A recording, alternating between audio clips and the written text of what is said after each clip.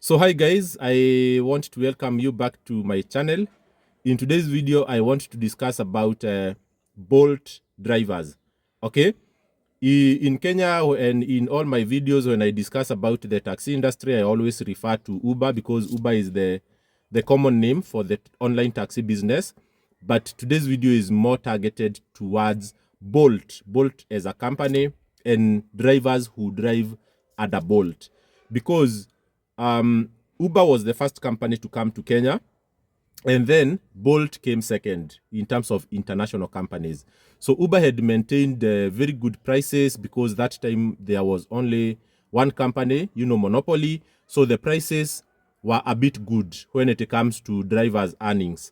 But in terms of affordability, not many people are using Uber that time. So when Bolt came, they brought, the race to the bottom, and they were competing with Uber about who will charge less. So the traditional taxi market, fought Uber, but then Uber won against the traditional taxis. But then the prices for Uber were very good. When Bolt came, it fought Uber on the basis of pricing. And then it seems like Bolt won because every customer opted to request their trips with Bolt and not Uber, because Uber was expensive. So Uber followed suit.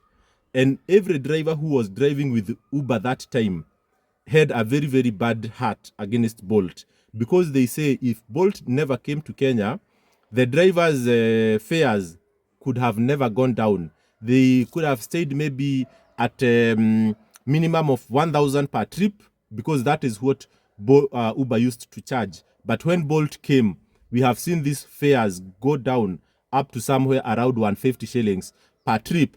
And all this was because Bolt came into Kenya. So a lot of drivers, if you ask them about the worst company, about the worst app, they will tell you that Bolt is every driver's enemy when it comes to amount of money paid per trip.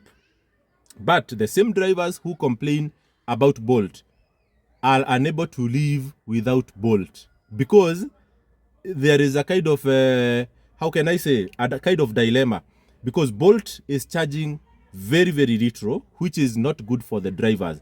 But at the same time, the little that is being charged by Bolt is making Bolt the most affordable ride-hailing company for the end users. So a lot of people will request Bolt any day, anytime. And people will tell you that when a person requests for Bolt, you can be taking them anywhere, even in the most remote ghetto, even in the most remote outskirt part of the Nairobi. But that will never happen with Uber. That rarely happens with Little Cab and the rest. So that tells you that even if drivers are complaining that Bolt is cheap, okay, riders are enjoying cheap rates and they are enjoying affordability. Okay, don't focus mostly on cheap, but everyone is enjoying affordability. And why are drivers unable to divorce Bolt? Because Bolt will give them job any day, any time, whether there is money flowing in the country or not, whether it is that difficult time of the month when employees have not been paid. That time, people will still request trip with Bolt, and drivers will tell you at that point, Bolt trips are better than nothing, because they can stay for hours without getting a ride. And then when that ride comes from Bolt, the driver is guaranteed that he will get something small from it, better than nothing. So that is one dilemma of Bolt drivers. The other thing I want to mention here is about the rating of Bolt drivers.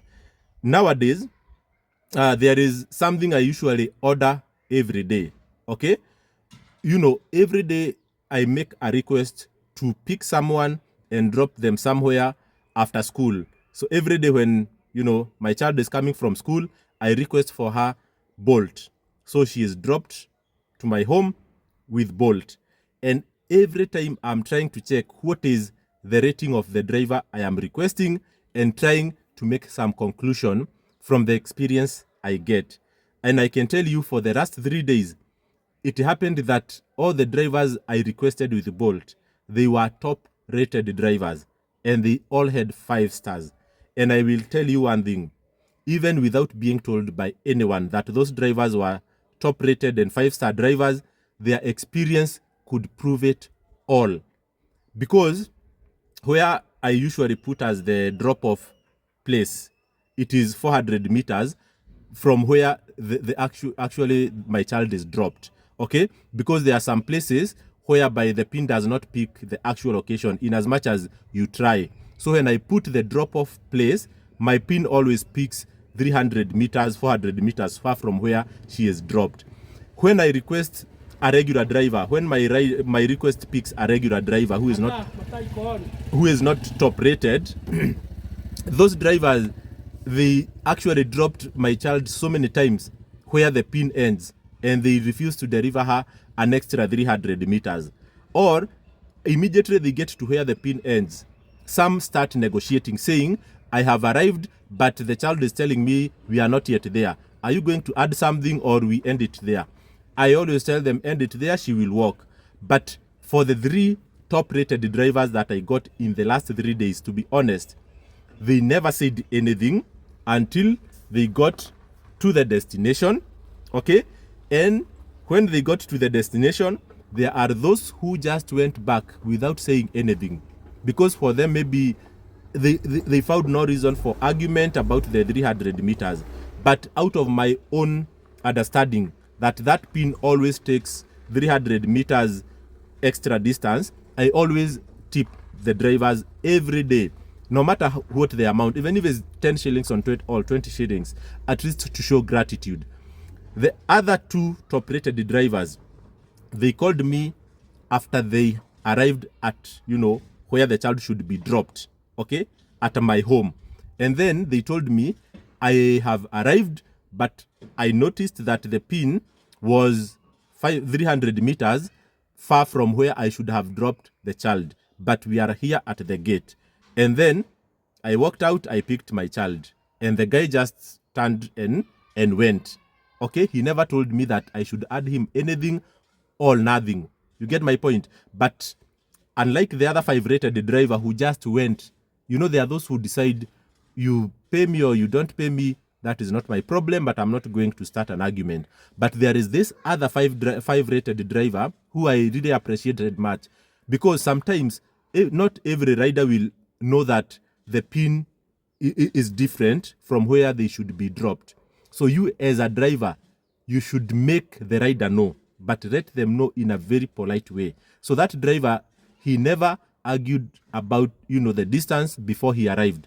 He told me after he has arrived, and he told me with a very, very good heart. And then he never asked me for anything. And just he turned and he went.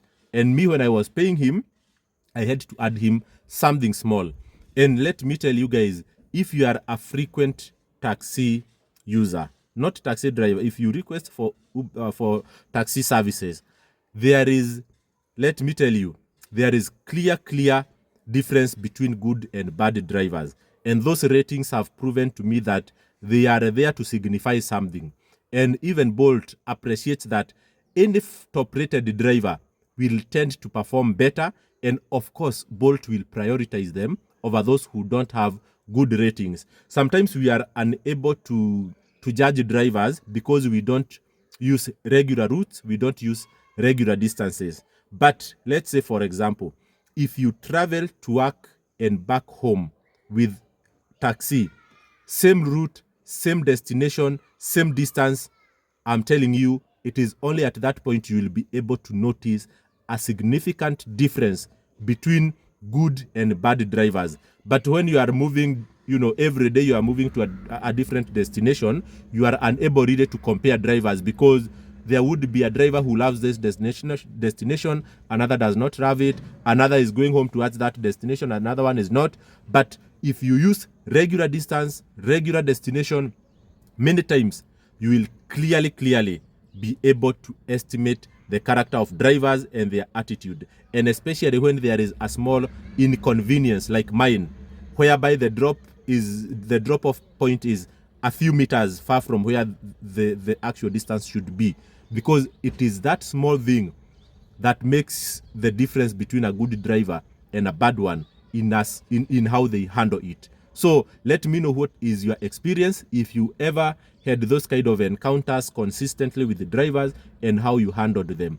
But for top-rated Bolt drivers, to be honest, I think there is a very, very, very good reason why they are top-rated five-star drivers. And those who are 3 stars, there was a very, very good reason as to why they were rated 3 stars.